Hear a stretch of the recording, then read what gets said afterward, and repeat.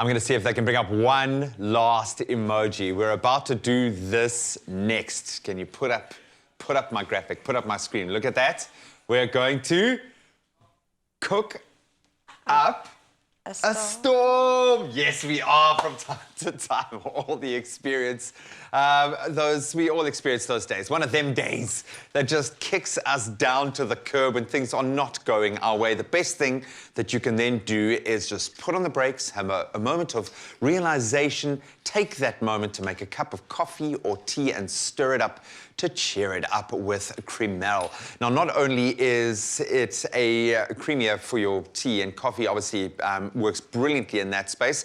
As we have proven on the show, it is also so versatile to use in various dishes, and we are showing you how right now with our Creamel Umnqusho balls, the perfect snack to stir up and cheer up.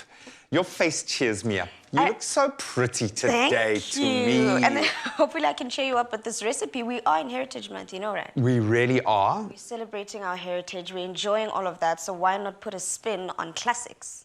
And this is really cool. It's tasty, it's delicious, and it's quite novel. It's quite interesting, and it's going to be satisfying. Definitely. So what is going into our beautiful little creations here this morning? All right. We've got some overnight or 24 hours soaked Umnqusho samp here. And what we need to do is we need to then cook that down. So the whole idea is I'm going to switch my stove on. Whenever you're making Umnqusho, I always suggest to people start with cold water and then boil. Okay. You don't want to add your Umnqusho to hot water because you run the risk of it not being fully cooked, and we don't want that. So I've put my water in there, and then I'm going to hoy in our Umnqusho that goes in there. Another thing is before you add all your additions to Umnqusho, you need to let it cook down. So ideally, we would want this to cook for about an hour and a half. The whole idea You've is got to really let it cook through. Okay. You want to absorb all that liquid. You want it to absorb all that mixture. And if at all you want to flavor up the liquid you're cooking it in, you can add some stock. Ooh, so I I've chosen like that to use some idea. vegetable stock over here. Because it is very neutral. It's Correct. a very, very neutral base to work from. So flavor it from the inside out. I love that. You let it cook down. Make sure that if you want to add any additional flavors, I'm going to be adding some butter into it. I'm also going to be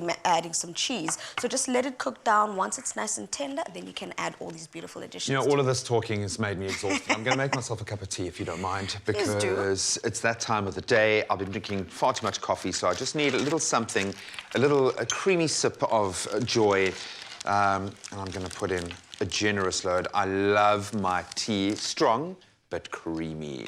And I love the fact that you can not only use it in your tea and your coffee, but you can definitely use it in this recipe. You can use it in anything. Anything. Anything, and it adds such a beautiful textural element as well, beautiful creamy flavor.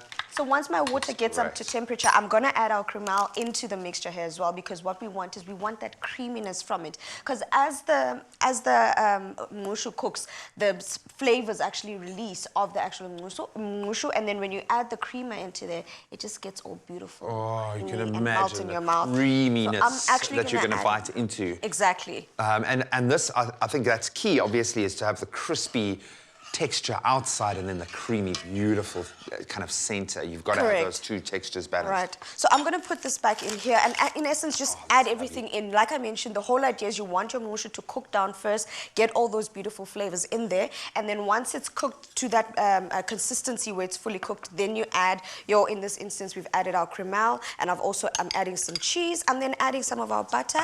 And that's quite luxurious, eh? That's like full on. You aren't holding back with this in any way. There's no need to hold back, really. We're trying to go full on with the flavor. You can hold back with the amount that you eat at the end. You can have like 5 and then be like, no, 5 is enough.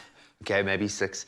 I've got myself a little workstation here. What do you need me to do? So you cook down your Umnqusho. It's now been cooked. It's fully done. You need to let it chill before we get to the step, because you now need to manage it with your hands. This is where we get excited and try and make a whole lot of art. Once it's cooled down and it's chilled, let's set it in the fridge. You can now start rolling it into those beautiful little balls that we have. So you actually set it in the fridge once you've rolled it into its balls? You need to, because it's also going to be hard to manage it while it's super hot. So let it cool down, and then once you've done that, that, roll it into those balls. You can start whisking up your eggs. Whisk these up. So first step would be the balls into your eggs, then from the eggs into the breadcrumbs, and then pass that over to me, and then I'll get frying so we can get that beautiful crispy texture that you've got in there. So imagine a beautiful crispy texture on the outside and a beautiful creamy buttery center soft, with and that cheesiness. And it's, I love the fact that we've layered in the flavors there as well. I think that's spectacular. Okay, so we first go into the egg mix. Correct. Okay. And that's beautiful because now you just want a nice simple layer on the outside. You don't want it, if you want, some people do want that extra crunch, so you can definitely do a double dip, but it's completely up to you. It's very optional. All right, so I'm gonna dunk these two, let them fry up. Another tip, if you wanna make sure your oil is nice and hot, just dip in the back of a wooden spoon and test. Once it bubbles up, then you know that your oil is hot enough. I would throw some breadcrumbs in and just watch it do its thing. Do that as well. Beautiful, and then we pop it in and summer fry. It couldn't be simpler. It's going to take you a little bit of time to cook that umnqusho through, but it's worth it. You want it to be soft, and then of course the creamel, the cheese, the butter does the rest. And it's just going to be jam-packed full of flavor. If you want this recipe, and I suggest that you really do get this recipe because it's going to be a crowd pleaser, you can go to expressoshow.com. Yay. There is a classic mayonnaise that brings out the traditional French in 3 levels of tanginess. The mild classic, the medium classic, the strong classic. Tangy the way you love it. Made with love by Clover.